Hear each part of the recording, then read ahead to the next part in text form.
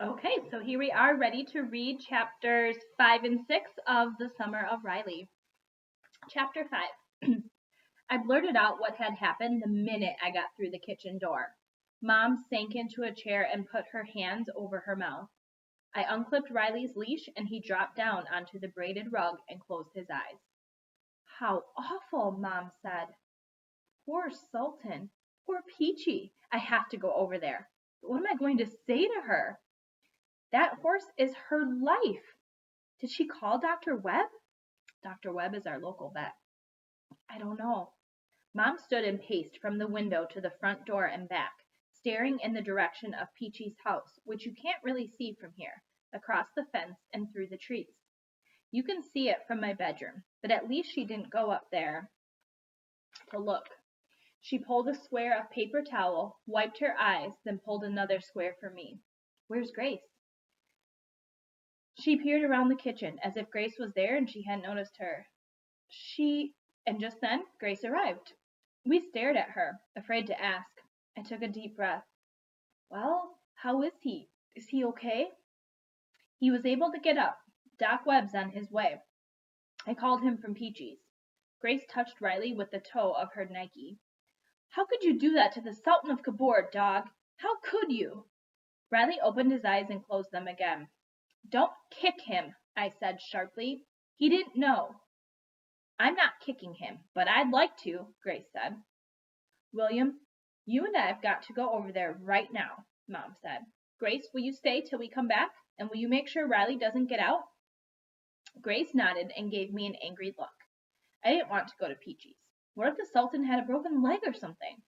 Well, he couldn't have. Grace said he had gotten up. He could have hurt something else, though. Something inside of him. But I had to go.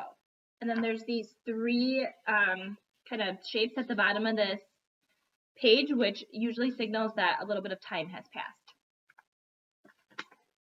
Peachy stood next to the Sultan in the field. He was up, but I could see his skinny old legs shaking. Is he okay? Mom put her hand on Peachy's shoulder. I can't tell you how sorry we are. Peachy's voice was so low I could hardly hear her. She didn't turn to face us, just stood there stroking the Sultan's neck.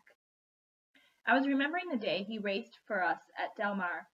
He was so beautiful, his mane flying, the jockey low on his neck. Brad Falcon was riding him that day. Del Mar is so beautiful. All that green, green grass. Her voice was dreamy. The air so soft, the palm trees, and the whole stand alive with people on their feet shouting his name. It was like thunder. Sultan, Sultan of Kabul! And Woody just beside himself. Woody was Mr. Peachwood, Peachy's husband. I never knew him. I guess he died before I was even born. Peachy and Woody. Woody loved the Sultan.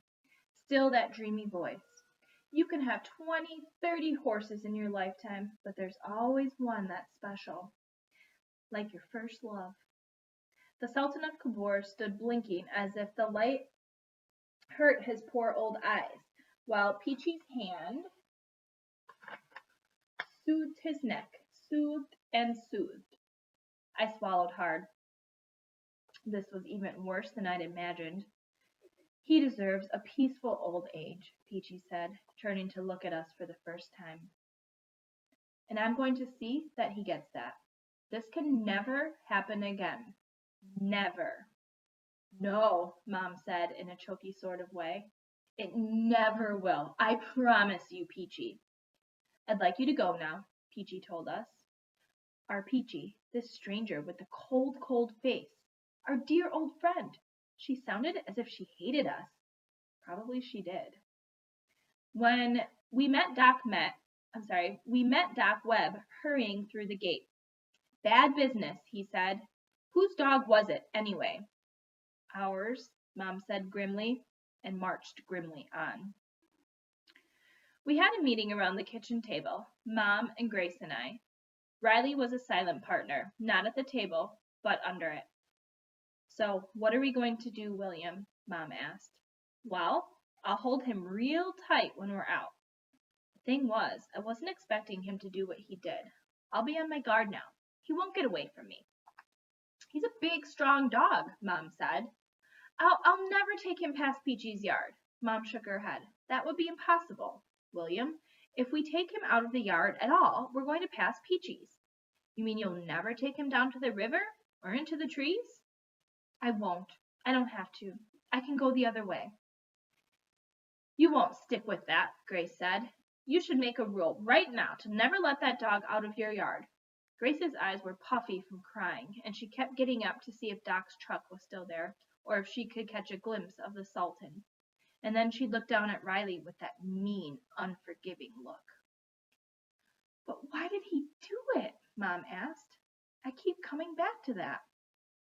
I think it was a one-time thing, I said quickly. You know, he just got this idea in his head.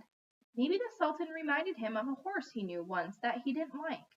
I bet he never does it again. It was Grace who spotted Doc Webb crossing Peachy's field on his way to his truck. She and Mom and I ran out to catch him before he left. And the most awful thing happened. Riley bounded out behind me, but I didn't see him until Grace shouted, Riley! I had to grab his collar and trail him back in. Whew. See, Grace said. I'm just not used to having to be careful yet, I stammered. He won't get past me next time. There was that furious Grace look again. We surrounded Doc Webb. He's real shaken up, the doc said. Far as I can tell, nothing's broken, but he's hurting, and he has a ruptured tendon on the right foreleg. He's resting in the barn. He opened the door of his truck and threw his black bag on the passenger seat. Trouble is, with an old horse like that, you can't take chances. This happens again, it could be real bad. Mom slumped against the truck. I can't believe this happened. I've left Peachy a tranquilizer for him, the doc said, and I've wrapped his leg with a support bandage. I'll be keeping an eye on him. We watched him drive away. Back in the kitchen, we took up our conversation where we'd left off. I've got a bad feeling, Mom said. Do you think this could be why the last owners took Riley to the pound? It was so vicious the way Grace began. I slapped my fist on the table. Give it a rest, Grace. We've been over all of that. William, don't you talk to Grace like that, Mom said. Grace pushed her chair back. You know what, William? I like Riley a lot, but I like the Sultan too. You're not very loyal, I began. Riley didn't. He was horrible to the Sultan. Just a minute, William. The screen door banged behind her, and she was gone. Mom reached over and took my hand. I called Dad, she said. I left him a message about what happened. Good luck, I muttered. Mom's eyes were soft. You know something, sweetheart? Maybe Riley isn't the dog for us. If we took him back, we could get you another dog. She smiled a fake smile. A middle-sized dog, the kind you wanted in the first place. I wriggled my hand out of hers. It's just too big a chance to take, she went on. What if Riley gets to poor old Sultan again? And what if next time Sultan doesn't make it? How will we feel then? It won't happen, I said. It won't. And that's the end of chapter 5, so feel free to pause here and make any comments, questions, predictions. We have a lot going on here. Sounds like Grace is kind of turning her back on William and Riley, and Mom's kind of unsure of whether or not they should even keep Riley. So very intense. Chapter 6.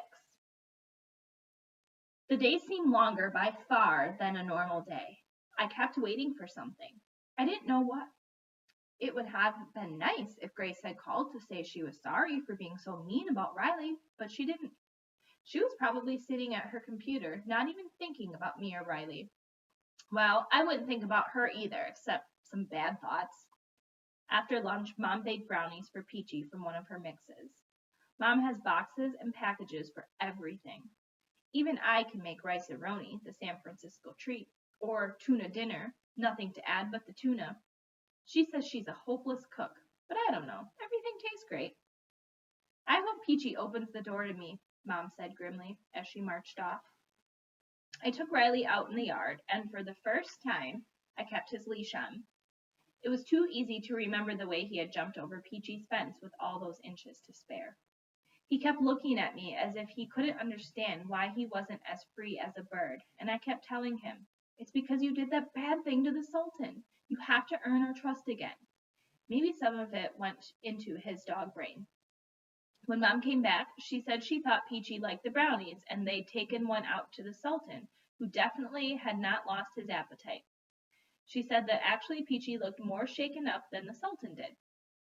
I took my dog and my comic books and went upstairs to lie on my bed and listen to my stereo. I turned the volume up really loud. Usually listening to my CDs takes my mind off of my troubles, but today it didn't. My thoughts wouldn't let go. If I couldn't take Riley out into the yard and let him run free, then he'd have to be tied up. I went to the window and looked down.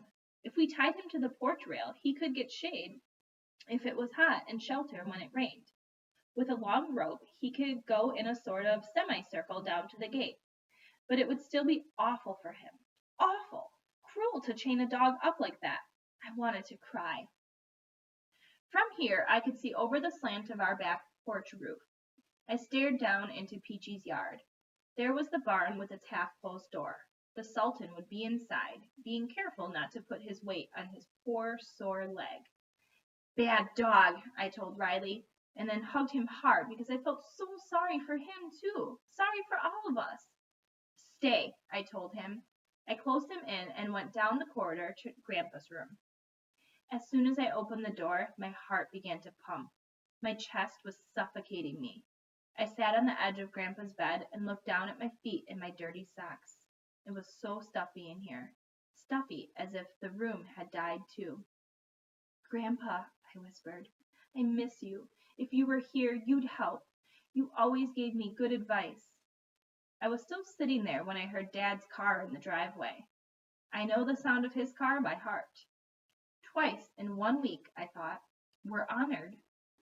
And then I thought, what if he's brought horrible Phoebe?